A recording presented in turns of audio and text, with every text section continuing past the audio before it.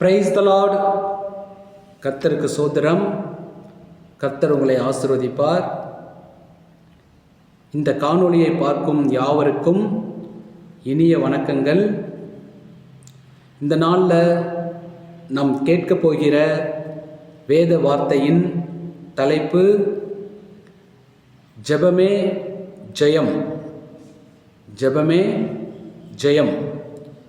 தேவனிடத்தில் ஜெபிக்கும் ஒவ்வொருவருக்கும் வெற்றி உண்டு. தேவனிடத்தில் ஏறெடுக்கும் ஒவ்வொரு விண்ணப்பங்களுக்கும் அவர் வெற்றியை தர வல்லவராக இருக்கிறார். ஏறெடுக்கும் ஜெபங்கள் எல்லாத்துக்குமே அவர் ஜெயத்தை தர வல்லவராக இருக்கிறார். வேதவசன அடிப்படையில் தேவனிடத்தில் ஜெபித்து ஜெயத்தை பெற்றுக்கொண்ட ஒரு சில நபர்களை குறித்து வேதத்தின் அடிப்படையில் நாம் தேவனுடைய வார்த்தையை கேட்போம். பிலிப்பியர் 4 அதிகாரம் 6-7 வசனங்களில் தேவன் சொன்ன வார்த்தை: நீங்கள் ஒன்றுக்கும் கவலைப்படாமல் எல்லாவற்றையும் குறித்து உங்கள் விண்ணப்பங்களையும் சோத்திரத்தோடு கூடிய ஜெபத்தினாலும் வேண்டுதலினாலும் தேவனுக்கு தெரியப்படுத்துங்கள். அப்பொழுது எல்லா புத்திக்கும் மேலான தேவ சமாதானம் உங்கள் இருதயங்களையும் உங்கள் சிந்தைகளையும் கிறிஸ்து இயேசுக்குள்ளாக காத்துக்கொள்ளும்.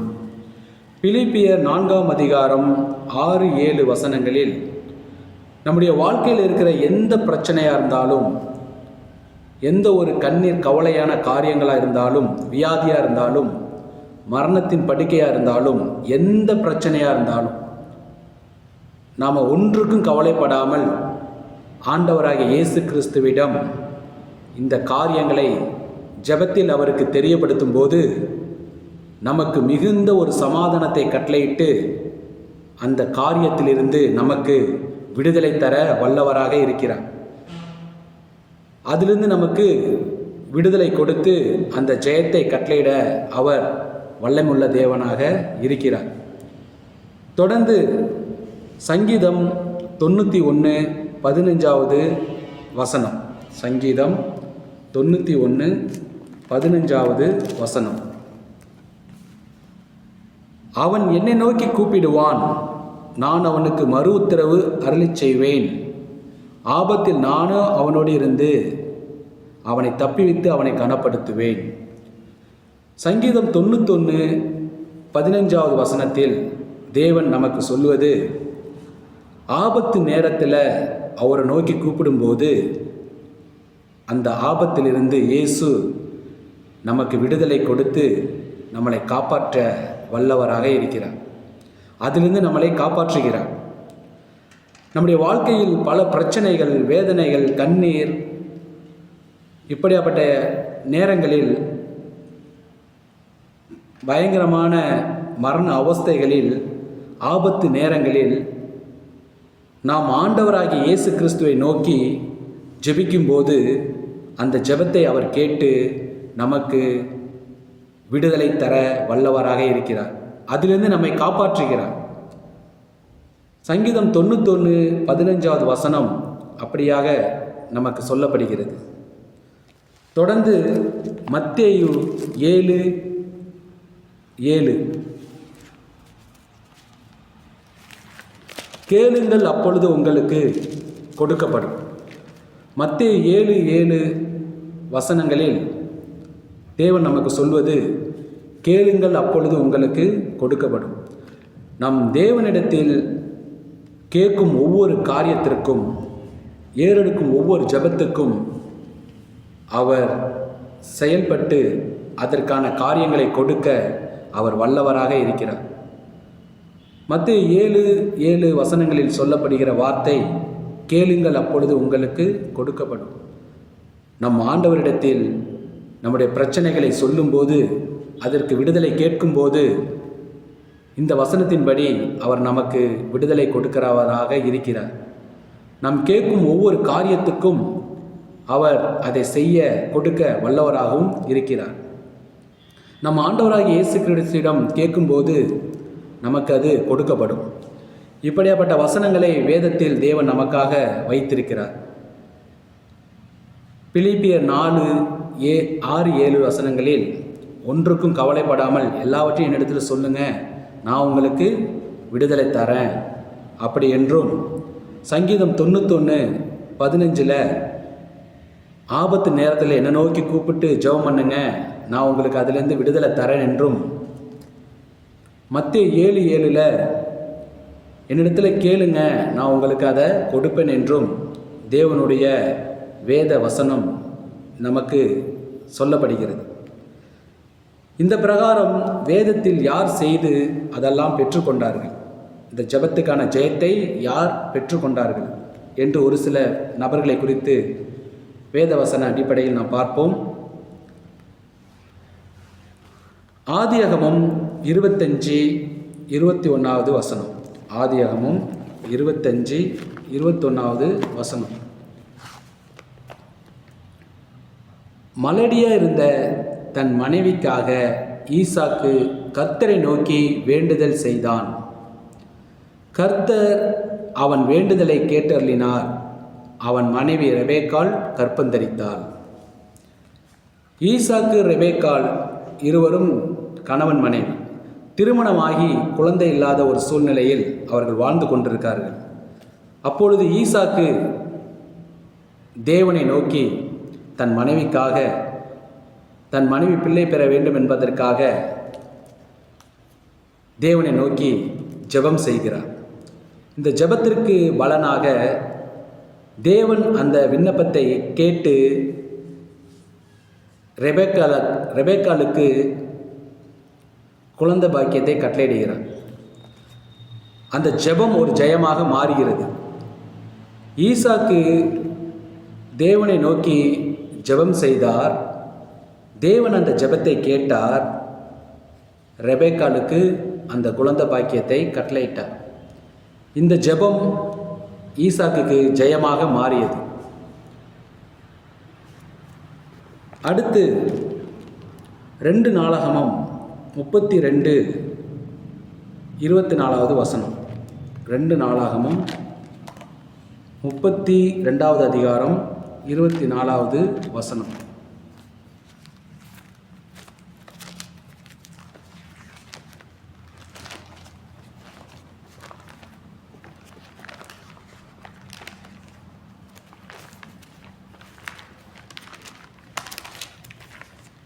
ரெண்டு நாளாகமும் 32 அதிகாரம் 24 வசனம். அந்நாட்களில் எசேக்கியா வியாதிப்பட்டு மரணத்துக்கு ஏதுவாய் இருந்தான். அவன் கர்த்தரை நோக்கி ஜெபம் பண்ணும்போது அவர் அவனுக்கு வாக்குத்தத்தம் பண்ணி அவனுக்கு ஒரு அற்புதத்தை கட்டளையிட்டார். எசேக்கியா வியாதிப்பட்டு மரண படுக்கையாக இருக்கும்போது, மரணத்துக்கான சூழ்நிலையில் இருக்கும்போது எசேக்கியா தேவனை நோக்கி விண்ணப்பம் பண்ணுறான், ஜெபம் பண்ணான். அப்படி ஜெபம் பண்ணும்போது தேவன் அந்த ஜெபத்தை கேட்டு எசேக்கியாவுக்கு ஒரு அற்புதத்தை செய்து எசேக்கியாவின் மரண படுக்கையை, மரணத்தை மாற்றி போடுகிறார். எசேக்கியாவுக்கு ஒரு அற்புதம் செய்கிறார். அவனுடைய மரணம் மாற்றப்படுகிறது.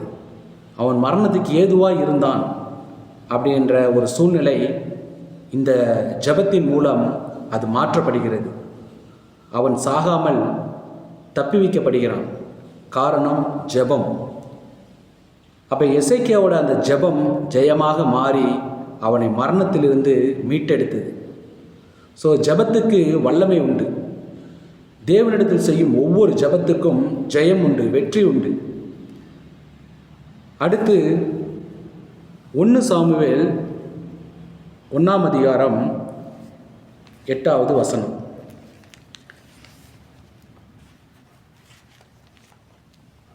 அன்னாளே, நீ ஏன் அழுகிறாய்? ஏன் சாப்பிடாதிருக்கிறாய்? ஏன் சஞ்சலப்படுகிறாய்? 10 குமாரை பார்க்கிலும் நான் உனக்கு அதிகம் அல்லவா என்றான். அன்னாளுக்கு குழந்தை இல்லாத ஒரு சூழ்நிலை. அன்னாளுக்கு குழந்தை இல்லாத ஒரு சூழ்நிலை. ஸோ அந்த சூழ்நிலையில் அன்னாளுடைய கணவர் எல்கானா அன்னாள் அழுகிறத பார்க்குறாரு, சாப்பிடாது இருக்கிறத பார்க்குறாரு, சஞ்சலப்படுறத பார்க்குறாரு. ஸோ இந்த மாதிரி ஒரு சூழ்நிலையில் அன்னாளும் எல்கானாவும் வாழ்ந்து கொண்டிருக்காங்க. குழந்தை இல்லாமல் பயங்கர ஒரு கவலை, வேதனை, பல வருத்தத்தில் அவர்கள் இருவரும் வாழ்ந்து கொண்டிருக்கும்போது அன்னாள் தேவனிடத்தில் சென்று ஜெபம் செய்வதை நாம் வேத வசனத்தில் வாசிக்கின்றோம். 1 சாமுவேல் 1ஆம் அதிகாரம் 9வது 10வது வசனம். சீலோவிலே அவர்கள் புசித்து குடித்த பின்பு அன்னாள் எழுந்திருந்தாள். ஆசாரியனாகிய ஏலி கர்த்தருடைய ஆலயத்தின் வாசல் நிலையண்டிலே ஒரு ஆசனத்தின் மேல் உட்கார்ந்திருந்தான். அவள் போய் மனங்கசந்து மிகவும் அழுது கர்த்தரை நோக்கி விண்ணப்பம் பண்ணி, அன்னாள் தன்னுடைய பிரச்சனைக்கு, வேதனைக்கு தேவனுடைய ஆலயத்துக்கு சென்று தன்னுடைய வேதனையான காரியத்தை அழுது தேவனிடத்தில் சொல்லி ஜெபம் பண்ணினாள். அன்னாளுடைய அந்த பிரச்சனையை சொல்லி தேவனிடத்தில் ஜெபம் பண்ணினாள். அப்படி ஜெபம் பண்ணும்போது அன்னாளுக்கு அது ஜெயமாக மாறுகிறது. 1 சாமுவேல் 1:20வது வசனத்தில், சில நாள் சென்ற பின்பு அன்னாள் கர்ப்பவதியாகி ஒரு குமாரனை பெற்று கர்த்தரிடத்தில் அவனை கேட்டேன் என்று சொல்லி அவனுக்கு சாமுவேல் என்று பெயரிட்டாள். அன்னாளுடைய ஜெபமும் ஜெயமாக மாறியது. அன்னாள் தனக்குண்டான அந்த வேதனையான காரியத்தில், குழந்தை இல்லாத அந்த கவலையில், அப்படியாப்பட்ட சூழ்நிலையில் அன்னாள் தேவனை நோக்கி விண்ணப்பம் பண்ணினாள், ஜெபம் பண்ணினாள். அந்த ஜெபத்திற்கு தேவன் பதில் கொடுத்து அன்னாள் கர்ப்பவதியாகி ஒரு குமாரனை பெற்று அவனுக்கு சாமுவேல் என்று பெயரிட்டதை வேத வசனத்திலிருந்து நம்ம வாசிக்கிறோம், கேட்குறோம். அப்போ இந்த ஜெபங்கள் எல்லாமே ஜெயமாக மாறி இருக்கிறது. இந்த ஜெபங்கள் எல்லாமே ஜெயமாக மாறி இருக்கிறது.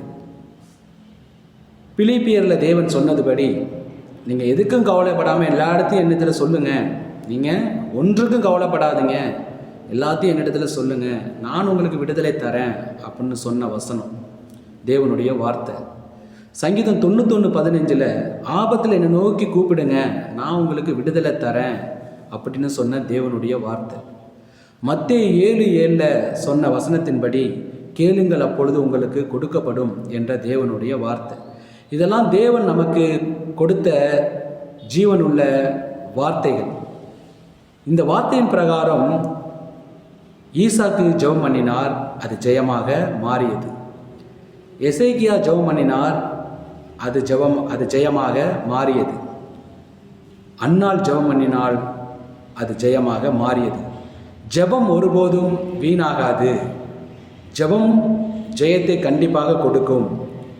தேவனிடத்தில் ஏறெடுக்கிற செய்கிற ஒவ்வொரு ஜெபமும் நிச்சயமாக அது ஜெயமாகத்தான் மாறும். ஏனென்றால் ஜீவனுள்ள தேவனிடத்தில் அந்த காரியத்தை நம்ம சொல்கிறோம், அதை அவர் கேட்டு அதற்கான விடுதலையும் அதுக்கான ஜெயத்தையும் வெற்றியையும் அவர் நிச்சயமாக கொடுப்பார்.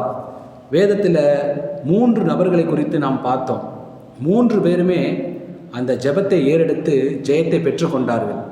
அதே போல் நம்ம வாழ்க்கையில் இருக்கிற எந்த பிரச்சனையாக இருந்தாலும், எந்த விதமான போராட்டங்களாக இருந்தாலும், வியாதியாக இருந்தாலும், மரண படுக்கையாக இருந்தாலும், ஆண்டவராகிய இயேசு கிறிஸ்துவை நோக்கி நாம் ஜெபத்தை ஏறெடுக்கும் போது, அது மாற வேண்டும் என்று ஜெபத்தில் கேட்கும்போது, அந்த ஜெபத்துக்கு நிச்சயமாக ஆண்டவராக இயேசு கிறிஸ்து பதில் கொடுத்து ஜெயத்தை கொடுப்பார். ஆண்டவராக இயேசு கிறிஸ்து அதை நிச்சயம் செய்வார். அன்னாளுக்கு செய்த இயேசு, ரெபேக்காளுக்கு செய்த இயேசு, எசேக்கியாவுக்கு செய்த இயேசு இன்னைக்கு இந்த வார்த்தையை கேட்குற உங்களுக்கும் செய்ய வல்லவராக இருக்கிறார். அவர் நிச்சயமாக நாம் ஏறெடுக்கும் ஜெபத்துக்கு ஜெயத்தை அவர் கொடுப்பார். ஜெபமே ஜெயம் என்ற தலைப்பில் தேவன் நம்மோடு பேசின வார்த்தைக்காக தேவனுக்கு நன்றி. கர்த்தர் உங்களை ஆசீர்வதிப்பார். ஆமேன். Praise the Lord.